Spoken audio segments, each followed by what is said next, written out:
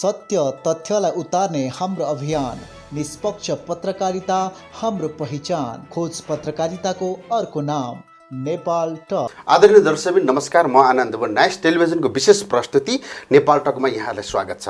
आज हामीले समसामयिक विषयवस्तु बारेमा व्यापक गम्भीर छलफल गर्नको लागि मैले आज अतिथिको रूपमा रमेश मल्लज्यू, युवा नेता रमेश मल्लज्यूलाई हाम्रो कार्यक्रममा अतिथिको लागि निम्ताएको छु। यहाँलाई कार्यक्रममा स्वागत छ।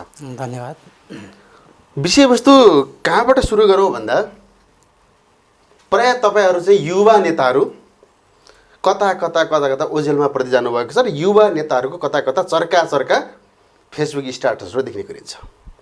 मैले कहाँबाट सुरु गरौँ भन्दा, तपाईँ चाहिँ विशेषतः पूर्व माओवादी ब्याकग्राउन्डबाट भएको कारणले गर्दा मैले तपाईँलाई यो प्रश्न गर्न रुचाएँ। प्रश्न के छ भन्नुहुन्छ भने, तपाईँका पूर्व अध्यक्ष लेखनाथ नेउपानेजीले एउटा फेसबुक स्ट्याटस हाल्नुभएको छ, सायद केही दिन अगाडिको मन्त्रीमण्डल विस्तारको प्रसङ्गलाई जोडेर होला सायद। भन्नुभएको छ, गोरु ब्याउँछ भनेर गफ दिने र गोरु ब्याएपछि ब्याउती खान पाइन्छ भनेर पत्याउने पूर्व माओवादी नेता कार्यकर्ता भनेर फेसबुक स्ट्याटस हाल्नु भएको छ। लेखनाथ नेउपाने मेरो आदरणीय नेता नै हो। उहाँको स्ट्याटसको विषयमा के बहस गर्नु, त्यो त उहाँको व्यक्तिगत निजी विचार हो। उहाँले किन लेख्नु हो, गोरु ब्याउँछ कि ब्याउँदैन भन्ने कुरा त तपाईँ हामी सबैलाई थाहै छ नै। यो विषयमा धेरै बहस गर्न पर्दैन जस्तो लाग्छ। उहाँको निजी विचार हो, उहाँको निजी विचार हो। तर यसले के गर्छ भन्दाखेरि, समग्रतामा उहाँको भनाइको मेरो बुझाइमा, मेरो व्यक्तिगत बुझाइमा, उहाँले चाहिँ पूर्व माओवादीहरू कति ओझेलमा परेका हुन् कि भन्ने प्रसङ्ग पनि हो कि भन्ने जस्तो लाग्छ। तपाईँले चाहिँ पार्टी एकता पश्चात चाहिँ पूर्व माओवादीहरू अहिले जो सरकारमा हुनुहुन्छ, पूर्व एमाले र पूर्व माओवादीहरू चाहिँ एक भइसकेपछिको अवस्थामा जुन खालको राजनीतिक सन्तुलन भएको जस्तो लाग्छ या त के असन्तुलन जस्तो देख्नुहुन्छ? समग्रमा हामी एउटा ठुलै कोर्समा प्रवेश गरे हो। नेपालको वामपन्थी आन्दोलन, नेपालको कम्युनिस्ट आन्दोलन जसरी छरिएर रहेको थियो, त्यसलाई एकचोटि ऐतिहासिक ढङ्गले पुष्पलालले जुन सपना देख्नुभयो त्यसलाई साकार पार्ने एउटा अभियानको थालनी वास्तवमा साबिकको माओवादी र साबिकको एमाले सुरु गरेका हुन्। गठबन्धन बनाए, जनताले जनमत दियो, विश्वासको मत प्राप्त भयो। त्यो विश्वासलाई अब एकचोटि जनताको बिचमा, ल है तपाईँहरूले गरेको विश्वासलाई हामीले साकार रूप दियौँ भन्ने बेला हो। तर सोचे जस्तो छैन। तपाईँले भने जस्तै समस्याहरू सतहमा आएका छन्। स्वाभाविक कुरा एउटा के हो भने, इतिहासको लामो कालखण्डमा आफ्नो आफ्नो ढङ्गले आन्दोलनमा भूमिका खेलेका नेताहरू र त्यसको एउटा पार्टी पद्धतिमा हुर्केका कार्यकर्ताहरूको ठुलो पङ्क्ति आफ्नोसँग थियो। त्यसलाई समायोजन गर्ने समय हामीसँग लामो समय रहेन। हामीले एकाएक गठबन्धन गऱ्यौँ र एकाएक पार्टी एकता पनि गऱ्यौँ। जब पार्टी एकता भयो त्यसपछि बल्ल स्ट्रगल सुरु भयो क्या। सङ्घर्षको बिचमा माझिएर अलि एउटा कोर्स लिएर पार्टी एकता गरेको भए सायद कसरी जान्थ्यो होला, यो कतै पनि हुन्थ्यो हुँदैन थियो हुन त होइन। अब नेताहरूले साहस गरे, आँटे, छोटो समयमा एकता गरे। तर खास फरक प्रवृत्तिहरू जो हुन्, संस्कारहरू जो हुन्, जुन कल्चरको रूपमा हुर्किएका थियौँ हामी, त्यो एक ठाउँमा आएर अहिले स्ट्रगलको रूपमा अभिव्यक्त भएको छ क्या। त्यसैले अब कहिलेकाहीँ यो फेरि गयो दुर्घटनामा जस्तो पनि हुन्छ, फेरि यो नयाँ ढङ्गले अगाडि बढ्यो भने जस्तो पनि हुन्छ। सरकारले गरेका पछिल्ला क्रियाकलाप जो अहिले चाहिँ पछिल्लो समयमा पूर्व माओवादीबाट आज यो मन्त्री बन्छ, त्यो मन्त्री बन्छ भनेर कतिपय समाचारहरू प्रशस्तै आए, कतिपय फेसबुक स्ट्याटस प्रशस्तै आए। लास्टमा माछा आयो भ्यागुतो भइदियो। पूर्व माओवादीहरू त कोही पनि फेरि मन्त्री पुनर्गठनमा पर्नु भएन। कस्तो पर्यो भन्नुहुन्छ भने, त्यही भित्र सरकारमा रहेका मान्छेले जिम्मेवारी उताबाट उता पार्दाखेरि चाहिँ पूर्व माओवादीहरू टल्ल परेर हेरेर बस्नुभयो नि तपाईँहरू। तपाईँ युवा नेता हुनुहुन्छ, तपाईँले चाहिँ प्रष्ट भाषामा भन्नु न। प्रधानमन्त्रीले आफ्नो सहज कार्य सम्पादनको निम्ति मन्त्री बनाउने कुरा यो संसदीय प्रणाली हो। हामी त्यही प्रणालीभित्र छौँ। यद्यपि संसदीय प्रणालीमा छौँको मतलब, संसदीय प्रणालीमा सबैभन्दा बलियो पार्टी हुनुपर्दछ र पार्टीले गरेका निर्णयहरू सरकारले कार्यान्वयन गर्ने हो। त्यो झन् हामी त कम्युनिस्ट पार्टी हौँ। कम्युनिस्ट पार्टी भने त पहिला पार्टीमा निर्णय हुन्छ, त्यसपछि पार्टीमा निर्णय भएका कुराहरू सरकारले लागू गर्छ। र लामो स्ट्रगलको बिचमा सहमत भएको कुरा के हो, अस्ति स्थायी समितिमा नेताहरू भने अब हामी पार्टी पद्धतिमा फर्क्यौँ र अब हामी व्यक्तिगत मनोमानी गर्दैनौँ र हामी पार्टी कमिटीमा आएर जे हुन्छ त्यो निर्णय गर्छौँ र त्यो कुरा लागू गर्छौँ भन्नुभएको स्थायी समितिमा। त्यही कुरा आश्वस्त बनाएर पठाउनु भयो स्थायी समिति सदस्यहरूलाई अनि सचिवालयमा गएर पनि त्यही कुरा छलफल गर्ने प्रयत्न भयो तर पछिल्ला केही निर्णयहरू त्यस्तो देखिएन त्यसैले आशंकाहरू फेरि जन्मिएका छन् तपाईँले देखिहाल्नु जस्तो पार्टीले सरकार चलाउने भन्नुभयो अहिले पार्टीले सरकार चलाएको छ कि सरकारले पार्टी चलाएको छ त कसले चलाएको छ भन्न सक्ने अवस्था छैन सतहमा के तपाईँलाई नेकपाका अध्यक्ष पुष्पकमल दाहाल प्रचण्डलाई टेरिएन उहाँलाई छायामा पारियो उहाँलाई छायामा पारेर चाहिँ प्रधानमन्त्रीले एकलौटी ढङ्गले सरकार चलाउनु भयो प्रचण्डलाई चाहिँ पाखा लगाइदिनु भयो किनार लगाइदिनु भन्ने तपाईँले बुझ्ने कुरा के हो भने अध्यक्ष कमरेड अहिले प्रचण्ड कार्यकारी अध्यक्ष हो है पार्टीको कार्यकारी अध्यक्ष उहाँ हो र बैठकको अध्यक्षता पनि कार्यकारी अध्यक्षले नै गर्नुभयो स्थायी समिति पनि सचिवालय पनि योभन्दा अघिल्लो र यति बेलादेखि अब सुरु भयो यो कोर्स खास लागू भएको थिएन अब लागू गरियो भनिएको थियो तर कार्यकारी अध्यक्ष अहिले आफै यी निर्णयहरूमा अस्ति राजदूतको कुरा र अहिले भर्खर आएर मन्त्रीमण्डल पुनर्गठनको कुरामा सल्लाह गरिएन भन्ने कुरा आइहाल्यो त्यो त देखिहाल्नु भयो नि त अनि अरू वरिष्ठ नेताहरूको त झन् सुईको पनि थाहा छैन उहाँहरूलाई के हुँदैछ भन्ने कुरा आइसकेपछि प्रधानमन्त्री पार्टी पद्धति अनुसार अगाडि बढ्न तयार हुनु भएन है फेरि भन्ने सन्देश त आम रूपमा गइ नै सक्यो त्यसले गर्दा मैले देखेको कुरा के हो भने अब तपाईँले अगाडि लेखनाथको स्ट्याटसको कुरा गर्नुभयो उहाँले पनि भन्न खोजेको कुरा के हो भने गोरु ब्याउँदैन भन्न खोजेको कुरा त्यहाँबाट पद्धति लागू हुँदैन है त्यहाँ आशा नगर भने होला जस्तो लाग्छ मलाई उहाँले भन्न खोजेको साङ्केतिक कुरा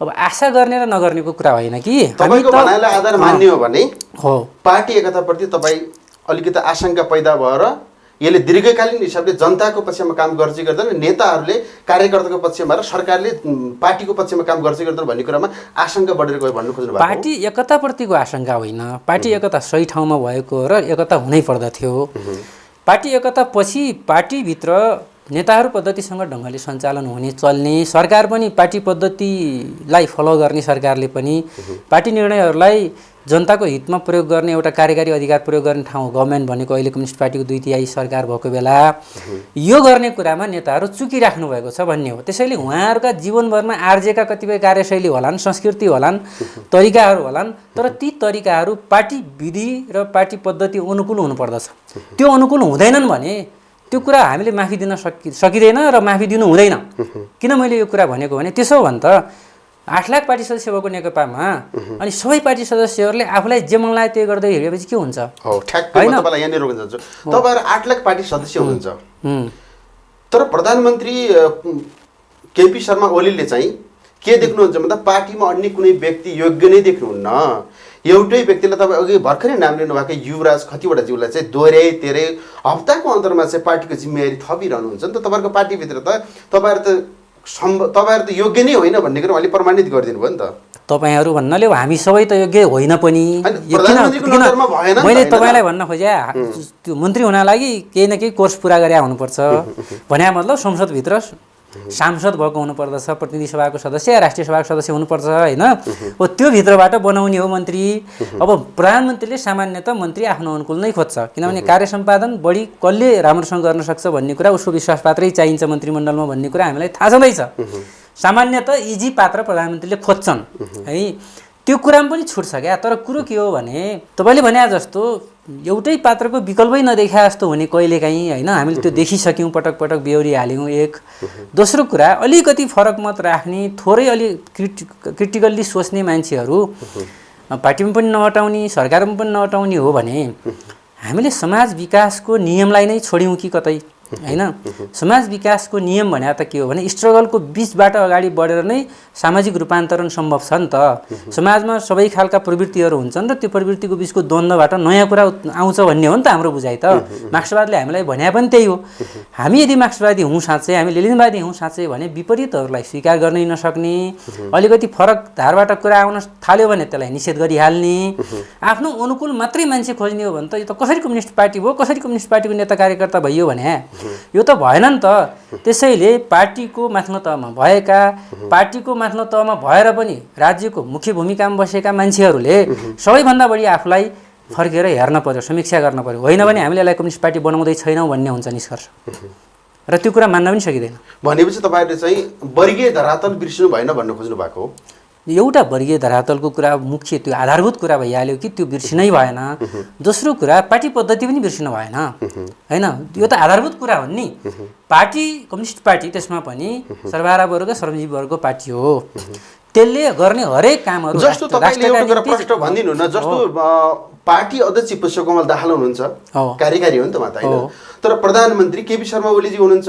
प्रधानमन्त्री केपी शर्मा ओलीजीले गरेका हरेक निर्णयहरू, राजनीतिक नियुक्तिहरू प्रायमा चाहिँ पूर्व माओवादी र नेकपाका पूर्व चाहिँ नेपाल समूहहरूले चाहिँ असहमति जनाउनुहुन्छ।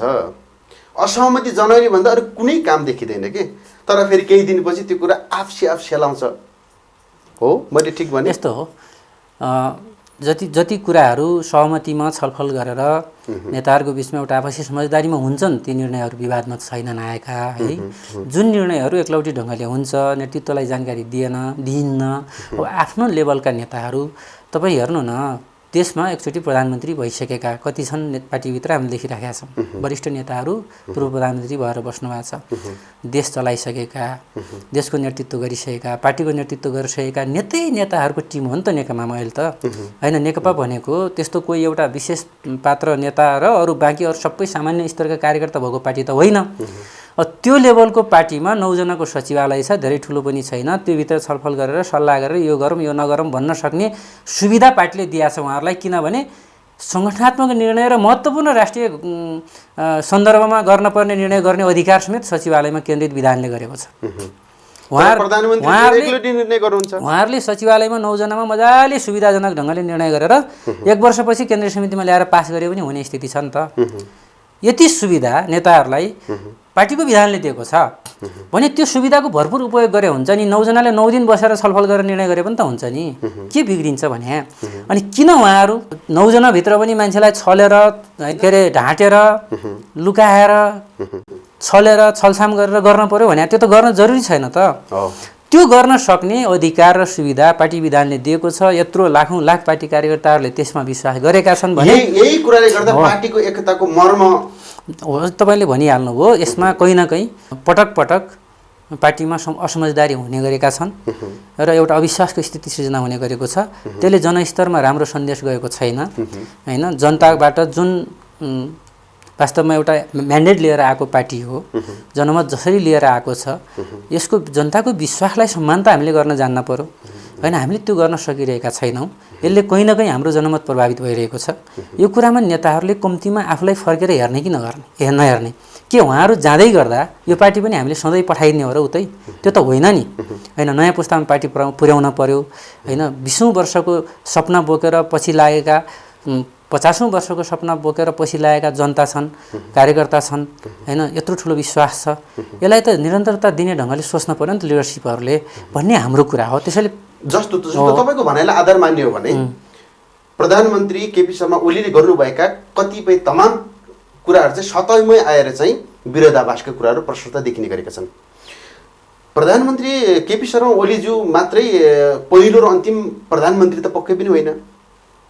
तपाईँ पनि त अघि योभन्दा केही समय अगाडि पुष्पकमल दाहाल प्रचण्ड चाहिँ प्रधानमन्त्री हुँदा तपाईँ उहाँको सचिवालयमा बसेर काम गर्नुभयो, त्यतिखेर तपाईँहरूले यस्तै गर्नुहुन्थ्यो होइन। मैले तपाईँलाई भन्ने कुरा के हो भने हरेक ठाउँमा पोलिटिक्समा पहिलो कुरा मिनिमम इथिक्सहरू हुनुपर्छ हैन। मोरल कुराहरू हुन्छन्, मोरल भ्याल्युहरू हुन्छन्। त्यो भ्यालुलाई हामीले मिच्न थाल्यौँ भने हामी कहाँ पुग्छौँ थाहा हुँदैन। अब मैले तपाईँलाई भन्ने कुरा के हो भने सरकारले राम्रा पनि काम गरेको छ, नगरेको कुरा होइन। अनि विगत सरकारमा पनि राम्रा पनि काम हुन्थे, कतिपय कुरा आलोचना पनि हुन्थे। आलोचनाका पनि विभिन्न कोणहरू हुन्छन्। एउटा विरोधीको कोणबाट जसरी भए पनि सरकारका कमजोरीहरूलाई अगाडि राख्ने र अर्को चुनावको तयारी गर्ने, त्यसको निम्ति जसरी हुन्छ यिनी कमजोरी हुन् भनेर कमजोरीको पक्षलाई अगाडि राख्ने भन्ने हुन्छ। आज पार्टीभित्र भइरहेका कुराहरू भनेको पार्टीलाई कमजोर बनाऊ, नेतालाई कमजोर बनाऊ, जनमत प्रभावित गरौँ भन्नलाई कोही मूर्खले पनि त्यस्तो काम गर्दैन है। अहिले भइरहेका कुरा राम्रो कुरा त राम्रो छ भनिराखेकै छन् सबैले, जहाँ नराम्रो भनेर सतहमा आउँछन्, औल्याइन्छन्, त्यो कुरालाई करेक्सन गर्न खोजिन पर्दछ भन्ने कुरा हो कि हाम्रो कुरा चाहिँ। अब कतिपय यस्तो कुरा गर्दै गर्दा स्थायी प्रतिपक्षी भएको आरोपहरू पनि हामीमाथि लाग्ने गरेका छ।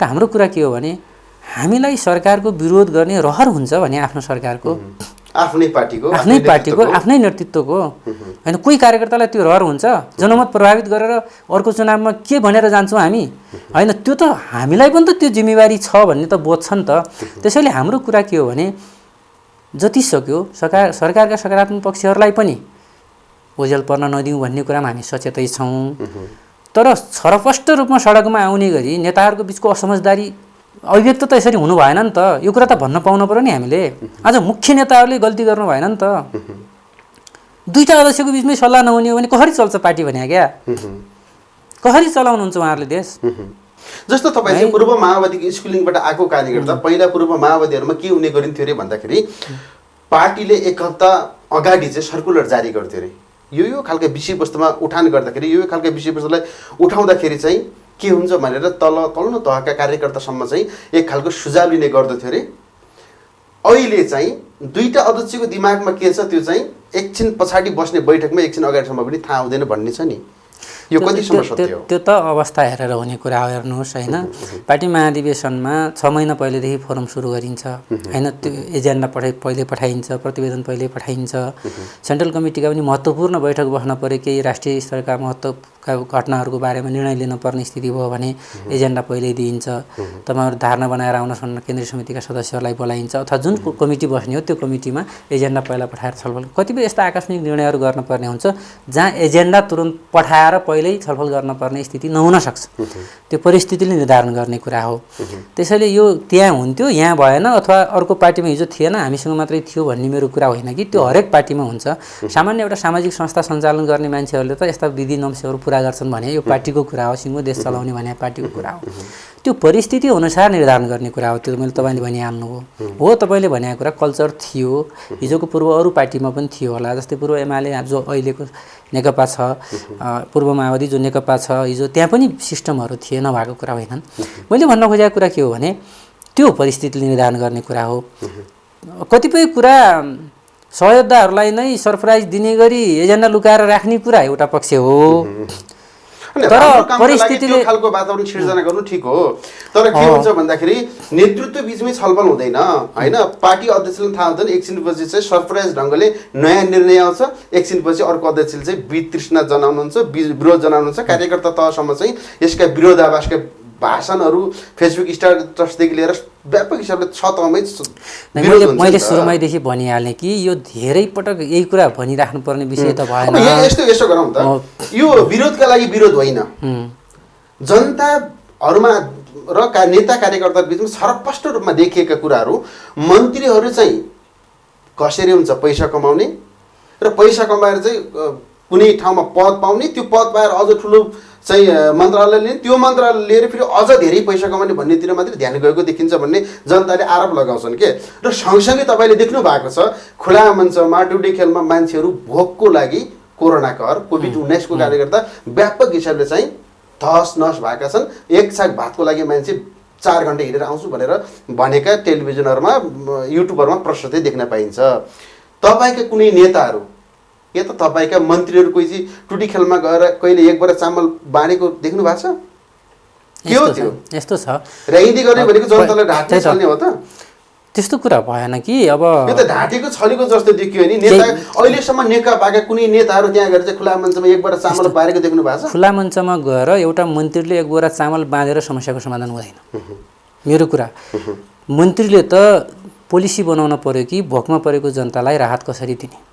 नीतिगत निर्णय गर्न पर्यो त्यहाँ जाने त अर्कै जान्छ नि हैन सुकुम्बासीको बस्तीमा को जाने सुकुम्बासी बस्तीमा को जाने त्यसपछि सम्बोधन गर्दैछ भनेर एउटा विज्ञप्ति निकाल्न सक्छ अनि मजदुरको बीचमा को जाने मन्त्रालयमा बसेर चाहिँ आज यति जना चाहिँ कोरोना संक्रमित भए भन्ने बाहेक सरकारले अरु कुनै काम गरेको तपाईले देख्नु भएको छ सरकारका आफ्नो संयन्त्रले काम गरेका छन् यसको मतलब टोटल्ली सकेट पनि भएन भन्ने कुरा होइन तपाईले तलबाट दिनु पर्यो तपाईले के बुझ्नुस् भने सरकार 3 तहमा छन् अहिले हो तीनै तहको सरकारले आफ्नो ठाउँमा काम गरिरहेकै छन् सबभन्दा बढी स्थानीय सरकारले आफ्नो फोर्स प्रयोग गरेका छ त्यो पनि तपाई हामीले देखिरहेका छौं है सायद मलाई लाग्छ स्थानीय सरकार नभएको भए अहिले के हुन्थ्यो होला हालत स्थानीय सरकार प्रदेश सरकार केन्द्रले आफ्नो भूमिका पूरा गरेकै छन् नगरेको कुरा होइन सीमा देखिएका छन् त्यसलाई सरकारले नीतिगत निर्णय गरेर आफ्नो संयन्त्र मार्फत हल गर्नुपर्छ, न कि एउटा मन्त्री बोरा बोकेर गएर समस्याको हल हुन्छ भन्ने कुरा भ्रममा चाहिँ म छैन। तपाईँ चाहिँ मूलतः पूर्व माओवादी सँग आबद्ध भएको कारणले गर्दा अहिले तपाईँहरू नेकपा एमालेसँग एकता गरेको लामो समय बितिसक्यो। तपाईँहरू अझै बिचमा भित्री रूपमा चाहिँ व्यापक रूपले असन्तुष्टिहरू थुप्रै देखिन्छन्। नेता र कार्यकर्ता मात्र होइन, सतहमा चाहिँ जनताले पनि यो पार्टी टिक्दैन, फुट्छ भनेर तपाईँलाई आरोप लगाउने गरिन्छ।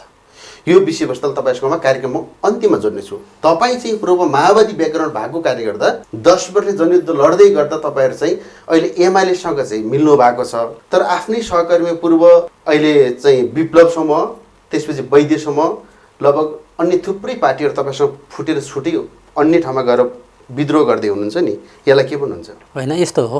अब शान्ति प्रक्रियापछि हामी जसरी जुन मोर्चामा सहभागी भयौँ सङ्घर्षको, यसलाई बुझ्ने मामलामा पार्टीमा केही फरक मतहरू देखिए है। यसलाई जस्ताको तस्तै अभ्यास गरेर जाने, या यसलाई अलिकति क्रान्तिकारी ढङ्गले रूपान्तरण गरेर जाने, या अब अलिकति नयाँ ढङ्गले नै सुरु गर्ने, यहाँबाट पछि फर्केर यो हुँदैन यस्तो तरिकाले भन्नेमा अलिकति विमतिहरू देखा परे। सायद मलाई लाग्छ त्यही वैचारिक विमति सङ्गठनमा व्यक्त भएर आफ्नो आफ्नो ढङ्गले हिँड्ने स्थिति बन्यो पूर्व माओवादीको कुरा गर्दा। अब हाम्रो कुरा आजको कुरा के हो भने हामी नेकपामा छौँ। साबिकको एमाले एउटा ठुलो जनसङ्घर्षको बिचबाट आएको हो होइन, त्यसले पनि केही नगरेर आएको भनियो भने अन्याय हुन्छ। र हामी तपाईँलाई थाहा छँदैछ 10 वर्षमा धेरै ठुलो स्ट्रगल गरेर, धेरै ठुलो बलिदान गरेर, धेरै साथीहरू शहीद भएर, धेरै साथी बेपत्ता भएर, र सायद मलाई लाग्छ आजको गणतन्त्र, सङ्घीयता, धर्मनिरपेक्षता, समानुपातिक समावेशी प्रतिनिधित्वको कुरा, यिनी सबै कुराको एउटा जननीको रूपमा, एउटा जगको रूपमा खडा भएको त्यो जनयुद्ध र त्यसपछिको जनआन्दोलन, जनआन्दोलन र जनयुद्ध दुइटैको नेतृत्व गरेको शक्ति आज नेकपा भएको छ। त्यसैले मलाई लाग्ने कुरा के हो भने इतिहासको यति धेरै ठुलो गौरवशाली परिवर्तनको नेतृत्व गरेको शक्ति एक ठाउँमा आएको हुनाले इतिहास पछाडि फर्किँदैन र यो नेकपा फुट्नका लागि जुट्या पनि होइन, त्यो कारणले यो फुट्दैन, फुट्नु हुँदैन। यदि फुट्ने बारेमा कसैले छलफल गर्छ भने यो कुरालाई हामी स्वीकार गर्दैनौँ। हाम्रो स्ट्रगल त अगाडि बढ्नका लागि हो क्या, फुट्नका लागि होइन नि, होइन? यही कुरालाई जोडौँ, तपाईँहरू फुट्नुहुन्न, फुट्नु हुँदैन, तर एमालेसँग फुट्नुहुन्न नि त। पूर्व एमालेहरूसँग तपाईँ पार्टी एकता भएको छ, पूर्व एमालेसँग तपाईँहरू फुट्नुहुन्न के? मेरो भनाइको मतलब के भन्दाखेरि पूर्व तपाईँहरू चाहिँ जो माओवादी खेमाहरू छुट्टिनु भएको छ, छिन्नभिन्न हुनु भएको छ नि, मैले बुझेँ। उहाँहरू र तपाईँहरूको एकताको अब सम्भावना तपाईँहरू एउटा ठाउँमा आएर फेरि नयाँ साङ्गठनिक हिसाबले अगाडि बढ्ने अवस्था देख्छ कि देख्दैन? म त्यही भन्दै थिएँ तपाईँलाई। पहिलो कुरा, नेकपा यो हामी पूर्व एमाले र पूर्व माओवादीको रूपमा सम्बोधन गर्ने भन्दा नेकपाको नेता कार्यकर्ताको रूपमा आफूलाई सम्बोधन गर्ने र यसलाई रूपान्तरण गर्ने। सीमा साबिकको माओवादी भन्नेसँग पनि हुन सक्छन्, सीमा साबिकको एमाले भन्नेसँग पनि हुन सक्छन्। त्यो सीमालाई रूपान्तरण गर्ने र नेकपालाई समाजवाद अनुकूल विचार बोक्ने, राजनीति बोक्ने र त्यो अनुसारको सङ्गठन र कार्यशैली बोक्ने शक्तिको रूपमा विकास गर्ने एउटा हाम्रो पहिलो दायित्व, त्यो कर्तव्य हो। त्यसका निम्ति जति लडाइँ हुन्छन् त्यसका निम्ति हुन्छन् पार्टीभित्र, यति कुरा बुझ्नुहोस्। यो गर्दै गर्दा आधार के तयार हुन्छ भन्नुहुन्छ भने हिजोको ठुलो क्रान्तिकारी आन्दोलनबाट आएको शक्ति एक ठाउँमा आउने आधार तयार हुन्छ क्या। जस्ता तस्तै संसदीय अभ्यास गरेर त्यो पनि पछाडि फर्केर बुर्जुवा लोकतन्त्रमा रमाउने ढङ्गले गइयो भने त्यो सपना नदेखे हुन्छ है। यदि हामी अगाडि बढ्नका निम्ति साँचो अर्थमा हामी समाजवादको दिशामा जानका निम्ति काम गर्न सक्यौँ भने क्रान्तिकारी आन्दोलनलाई लिएर जाने, देश र जनताको हितमा काम गर्ने, किसान मजदुरको सर्वोत्तम हितमा काम गर्ने र यो देशलाई साँचो रूपमा स्वाधीन र स्वतन्त्र मुलुकको रूपमा विकास गरेर जाने दिशामा हामी अगाडि बढ्यौँ भने हाम्रो एकता कसले रोक्छ? विप्लवको रूपमा होस्, भावरमको रूपमा होस्, वैद्यको रूपमा होस्, टुटे फुटेका साथीहरू त हामी एकै ठाउँमा आउनुपर्छ नि त्यसपछि। किनभने हामीले देखेको सपना, हाम्रा साथीहरूले सँगसँगै लड्दा लड्दै शहीद भएका साथीहरूले देखाएको सपना त यो मुलुकलाई समृद्ध बनाऊ, अगाडि लिएर जाउँ भन्ने हो नि त। के हामीले साँच्चै बिर्स्यौँ होला त? त्यो केही हाम्रा मतहरू फरक परेर हामी आफ्नो ठाउँमा आफ्नो बाटोले हिँडे पनि पछि फर्क्यौँ भन्ने त कसैको छैन है। कोही अग्रगामी रूपान्तरणको एजेन्डाबाट पछि फर्किन जहाँ भए पनि कोही माओवादी तयार छैन क्या। यति कुरा चाहिँ म ढुक्कसँग भन्नु। नेकपा एउटा पार्टी छ, त्यो पूर्व दुईटा पार्टी जोडेर एउटा पार्टी भनेको नेकपामा चाहिँ अन्य अहिले बाहिर रहेका अन्य सबै पार्टीहरू चाहिँ त्यही एकै ठाउँमा आउँछन् भन्ने तपाईँको दाबी हो? मलाई विश्वास के छ भने पछाडि फर्किन तयार नभएका सबै शक्ति जो अगाडि जान तयार छन्, जो कम्युनिस्ट दर्शन र दर्शनप्रति विश्वास गर्छन्, राजनीतिप्रति विश्वास गर्छन्, तिनी एक ठाउँमा आउनै पर्छ। विश्वास छ मलाई। जस्तो तपाईँ त 10 वर्ष जनयुद्धको एउटा होनार योद्धा, तपाईँ आफै लडाको, तपाईँ आफै कमान्डर, तपाईँ आफै नेता। यसो भएको कारणले तपाईँ अहिले चाहिँ उहाँहरू र हामी एक ठाउँमा बस्छौँ र एउटा नयाँ फेरि पार्टी बनाएर नयाँ ढङ्गले सोध्छौँ भन्ने विश्वास पैदा गर्दै गर्दा, कन्फर्म होइन नि होइन, विश्वास पैदा गर्दै गर्दाखेरि चाहिँ तपाईँहरू अहिले त फरक फरक ठाउँमा हुनुहुन्छ। तपाईँहरू नेताहरूले पुष्पकमल दाहाल प्रचण्डले नेतृत्व गरेको 10 वर्ष जनयुद्ध, त्यसभित्र रहेका डाक्टर बाबुराम भट्टराई, मोहन वैद्य, अहिलेका गृहमन्त्री रामबहादुर थापा बादल लगायत तपाईँहरूका नेतृत्वहरूले चाहिँ गरेको 10 वर्ष जनयुद्धमा त अहिले त तल्लो तहमा त 17,000 शहीद सरकारको सूचीमा छन्। कैयौँ घाइते, अपाङ्ग, बेपत्ता, शहीद परिवार सडकमा छन् नि। त्यसको जिम्मा कसले लिने त? तपाईँहरू चाहिँ माथि नेताहरू चाहिँ अब हुन्छ भनेर आश देखाएर यो एउटा जिम्मा लिनुपर्छ। जिम्मा लिनुपर्दछ, किनभने इतिहासमा 2006 सालको वरिपरिको सङ्घर्षमा शहीद हुनेको जिम्मा पनि हामीले लिनुपर्छ। 2028 सालको वरिपरि झापा आन्दोलनको वरिपरि शहीद हुनेको जिम्मा पनि हामीले लिनुपर्छ। 2046 सालको आन्दोलनमा शहीद हुनेको जिम्मा पनि हामीले लिनुपर्छ। र जनयुद्ध र 62-63 जनआन्दोलनमा शहीद हुनेको जिम्मा पनि हामीले लिनुपर्छ। किनभने देशको नेतृत्व गर्ने हिम्मत जसले गर्छ नि, त्यसले यो सबै चिजको जिम्मा लिनुपर्दछ। किनभने हामी राष्ट्रको अभिभावकको रूपमा नेकपालाई अगाडि लिएर जान्छौँ भने हामीले जिम्मा लिनु पर्दैन। कसले लिन्छ जिम्मा? हामीले जिम्मा लिनुपर्दछ, नेकपाले जिम्मा लिनुपर्दछ। र यसको सबैको व्यवस्थापन जिम्मा लिनुको मतलब चाहिँ एउटा शहीद बनाएर एउटा फोटो टाँसेर जस्तो फोटो देखिन्छ। अहिले त भोकै हिँड्छन् नि त, सडकमा देख्नु भएको छैन? पहिलो कुरा बाटोमा सुते देख्नु भएको छैन? फोटो टाँस्नु, यसको जिम्मेवारी कसले लिने? शालिग बनाउनु, फोटो टाँस्नु र वर्ष दिनमा एकचोटि गएर माल्यार्पण गर्नु जिम्मा लिनु होइन। त्यसलाई जिम्मा लिनु भनिँदैन। शहीदहरू जुन सङ्कल्पले निम्ति शहीद भयो नि मान्छे, जुन सङ्कल्प बोकेर म यो देशको आमूल परिवर्तन गर्छु, किसान मजदुरहरूको जीवनमा परिवर्तन ल्याउँछु, त्यो परिवर्तन नल्याउँदासम्म लडिराख्छु, बरु म शहीद हुन्छु भनेर शहीद भएको नि त होइन। यो देश विदेशीहरूको उपनिवेशभित्र भयो, यो उपनिवेशबाट यसलाई बचाउँछु, मुक्त गर्छु भनेर शहीद भएको हो नि त। सपना पुरा गर्ने जिम्मा लिने भने त्यो हामी आफ्नो मिसनबाट डाइभर्ट भयौँ, हामीले छोड्यौँ, हामीले गद्दारी गऱ्यौँ, हामीले धोका दियौँ, हामी दायाँ बायाँ गऱ्यौँ भने त्यति बेला हामी भागेको ठहर छ। हामी निरन्तर मिसनमा रहन्छौँ भने त्यसको जिम्मा लिएको ठहर छ। हामी मिसनमा छौँ नि। र दोस्रो कुरा तपाईँले भन्नुभयो तत्कालीन व्यवस्थापनको कुरा। आज शहीद परिवारको व्यवस्थापन, बेपत्ताको परिवारको व्यवस्थापन, घाइते साथीहरूको व्यवस्थापनको कुरा, त्यो अर्को जिम्माको कुरा हो। उहाँहरूको भौतिक व्यवस्थापनको कुरा र शहीद जो हुनुभयो उहाँहरूको सपनाहरूको पुरा गर्ने सङ्कल्पमा निरन्तर रूपमा अगाडि बढ्ने कुरा। किनभने सामाजिक परिवर्तनको अभियान भनेको चकाचौध आज भन्यौँ चुटकी बजाउँ भोलि बिहान हुने कुरा होइन। तपाईँलाई एउटा कुरा हजुर जनयुद्धकालीन एउटा दर्दनाक अवस्था भनिदिउँ। विजय घले जो दौलत विक्रम गर्थ्यो, उहाँ चाहिँ जनयुद्धको जनमुक्ति सेनाको सायद कमान्डर शहीद हुनुहुन्छ। उहाँले जनयुद्धकालमा के गर्नुहुन्थ्यो भन्दाखेरि मेरा उहाँका सम्भवतः 2टा छोरा चाहिँ शहीद हुनुभएको थियो। उनीहरूले ठुला ठुला कार्यक्रममा जनयुद्धकालमा के भन्ने गर्नुहुन्थ्यो भन्दाखेरि मेरा 2वटा छोरा शहीद भएर के भयो त, मैले लाखौँ छोरा जन्माएको छु भनेर भाषण ठोक्नुहुन्थ्यो। तपाईँहरू सरकारमा आइसके, शान्ति प्रक्रियामा आइसके चाहिँ गत वर्ष उहाँको मृत्यु भयो। उहाँको मृत्यु अलि सोचे भन्दा अलिक दर्दनाक भयो। घर परिवारले उहाँलाई भन्नुहुन्थ्यो अरे तेरा लाखौँ छोरा कहाँ गयो त भनेर क्वेसन गर्नुहुन्थ्यो अरे। उहाँ त्यही कुराले बारम्बार म चाहिँ डिप्रेसनमा छु, म प्रेसर सुगरको रोगी छु भन्नुहुन्थ्यो। उहाँ एकै ठाउँमा सम्भवतः त्यो दिशा पिसाब एकै ठाउँमा भएर उहाँको अलि अकल्पनीय खालको मृत्यु भयो। यस्ता कुराहरूले तपाईँलाई पोल्दैन? होइन पोल्दैन, होइन पोल्नुपर्छ। जहाँसम्म तपाईँले भनिहाल्नु भने यो कुरा अब ठ्याक्कै तपाईँले नामै जसको भन्नुभयो ठ्याक्कै उहाँ त हो कि होइन। दौलत घरती भने त एकजना पहिल्यै शहीद भन्नुभयो, सुरुमै जनयुद्धको सुरुमै शहीद हुनुभएको। तपाईँले उहाँको बुवाको कुरा गर्नुभएको हो। त्यसो हो भने मेरो कुरा के हो भने यदि मेरो सूचनामा नहुन सक्छ, यदि त्यसो भयो भने त्यो राम्रो होइन। किनभने आज देशभरि नेकपाको सरकार छ, स्थानीय तह पनि सरकार नेकपाको छ, प्रदेशमा पनि सरकार नेकपाको छ, मधेस बाहेक केन्द्रमा सरकार नेकपाको छ। सूचनाको पहुँचभन्दा टाढा हुने स्थिति हामी कोही पनि छैन। राज्य छ, यस्तो स्थितिमा कम्तीमा उपचार, उहाँहरूलाई आवश्यक राहत, उहाँहरूको छोराछोरीको पालन पोषणदेखि शिक्षा दीक्षा लगायतको कुरामा हामीले त्यति पनि गर्न सकेनौँ भने वास्तवमा हामी आजको दिनमा योभन्दा ठुलो अपराधी कोही पनि हुँदैन होइन। मलाई लाग्छ यो दिशामा सरकारले केही नगरेको पनि होइन। हामी शान्ति प्रक्रियामा आउने बित्तिकै सुरुमै के लाग्यो भने सायद त्यो साथीहरू त शहीद हुनुभयो, उहाँहरूका लालाबाला बालबालिकाहरू छन्, साना साना छोराछोरी छन्, उनीहरूको भरण पोषणको जिम्मा लिनुपर्छ पार्टीले भनेर सुरुमै एउटा निर्णय के गरियो भने 5वटा तत्कालीन विकास क्षेत्रलाई समेट्ने गरी शहीदका छोराछोरी पढ्ने भनेर स्कुल बनाइयो। उनीहरूलाई त्यहाँ आवासीय रूपमा राखेर पढ्ने व्यवस्था गरियो। उनीहरू अहिले ब्याचलरसम्म पुगिसके, त्यहीँबाट पास आउट भएर अध्ययन गरिरहेका छन्। शहीदका बच्चा बच्चीहरूको लागि भनेर छात्रवृत्ति लगायतको कुरा उच्च शिक्षामा पनि हुनुपर्दछ भनेर कैयौँ विश्वविद्यालयमा म अखिल क्रान्तिकारीको अध्यक्ष हुने बेला लडेर हामीले शहीदका बच्चा बच्चीको निम्ति भनेर छात्रवृत्तिको छुट्टै व्यवस्था गर्ने व्यवस्था पनि गऱ्यौँ। जस्तै पोखरा विश्वविद्यालयमा केशरजङ सर हुँदाखेरि त्यसलाई राम्रोसँग लागू गर्नुभयो होइन। आस्थाका हिसाबले पनि उहाँ बेसी हामी निकटै हुनुहुन्थ्यो, उहाँ सबभन्दा राम्रो विश्वविद्यालय चलाएको उहाँले हो। भनाइको मतलब हामी जहाँ थियौँ, जहाँ सक्थ्यौँ त्यो ठाउँमा राम्रो गर्ने प्रयास गरिएको हो।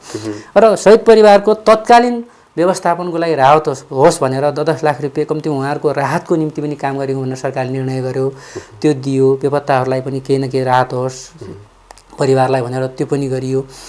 यसको मतलब हामी बेखबर छैनौँ मैले भन्न खोजेको। मैले भने त्यो त भौतिक कुरा हो, तर मुख्य कुरा फेरि के हो त भन्दा उहाँहरूले देखेको जो सपना छ त्यसमा निरन्तर हिँड्ने। हामी संसदीय व्यवस्थामा रुमल लिन्छौँ, हामी बुर्जा संसदीय व्यवस्थाभित्र, दलाल संसदीय व्यवस्थाभित्र बसेर हामी यसैमा ऐस आरामतिर लाग्छौँ होइन। यहीँ कुर्सीको खेलमा तलमाथि गर्न थाल्छौँ या अगाडि बढ्छौँ भन्ने कुराले सबै कुरा निर्धारण गर्छ।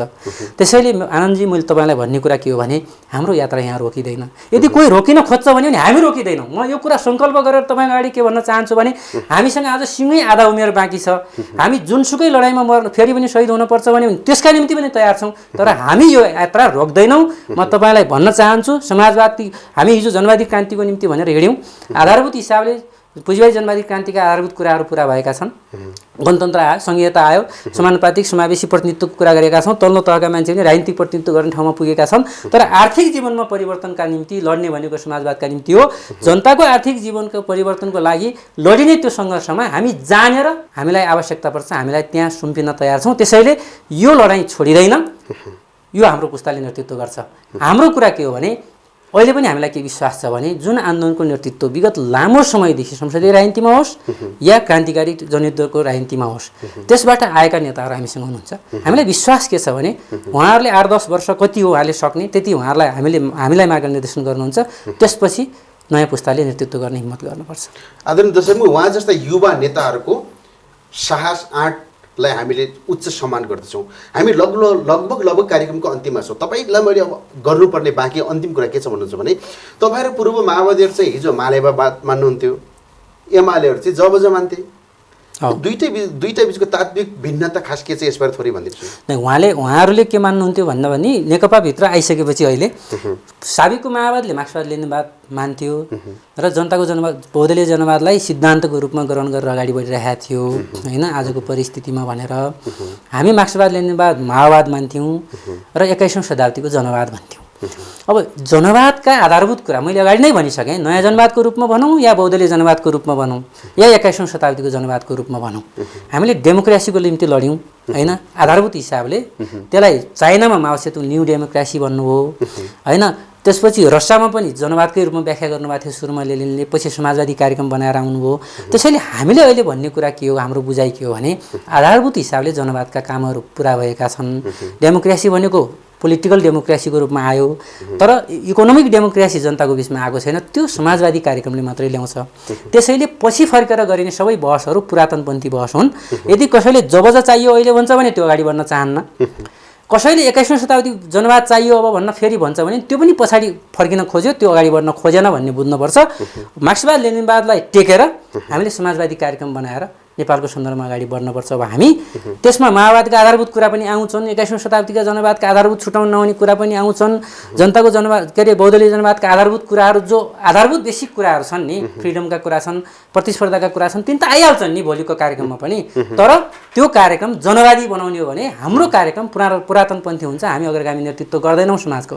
त्यसैले समाजवादी गणतन्त्रको लागि अथवा समाजवादी जनवादको निम्ति अथवा त्यसलाई के भन्छौँ हामी होइन, समाजवाद कि रणनीति अन्तर्गत जनवादका बाँकी कार्यक्रम पुरा गर्ने के भनिया छ अहिले हो त्यो अन्तर्गत गरिने कामहरूले मात्रै अब हामीलाई अगाडि बढ्नका लागि मार्गनिर्देशन गर्न सक्दछ। पछि फर्केर बहस गर्नु हुँदैन, मेरो कुरा यो। जस्तो हामी लगभग कार्यक्रमको अन्त्यमा छौँ। राजनीतिमा के भनिन्छ भन्दाखेरि पुस्तान्तरण र पुस्ता हस्तान्तरणको कुरा गरिन्छ। नेपालको परिवेशमा हेर्ने हो भने एउटा बुढो मान्छे पटक पटक एउटै पार्टीको अध्यक्ष बन्छ, उसले नै बारम्बार पार्टीको अध्यक्ष सँगसँगै प्रधानमन्त्री बन्नलाई इच्छा व्यक्त गर्छ र रुचि राख्दछ, त्यो व्यक्ति नै सधैँ शक्तिशाली भइरहेको छ। उसको देहावसान अर्थात् मृत्यु नभएसम्म अर्को व्यक्तिले चान्स नै पाउँदैन भन्ने देखिन्छ होइन। तपाईँहरू चाहिँ युवा पुस्ताहरूको पालो कहिले आउँछ नेपाल? हामीले विगत इतिहासलाई हेरेर पनि पटक पटक समीक्षा गर्ने गर्छौँ। एउटा क्रान्तिकारी आन्दोलनकै नेतृत्व गर्दै बित्नुभयो कमरेड माओ त्से-तुङ। 76 वर्षको उमेरमा पनि उहाँ पार्टीकै प्रमुख भएर बित्नुभयो।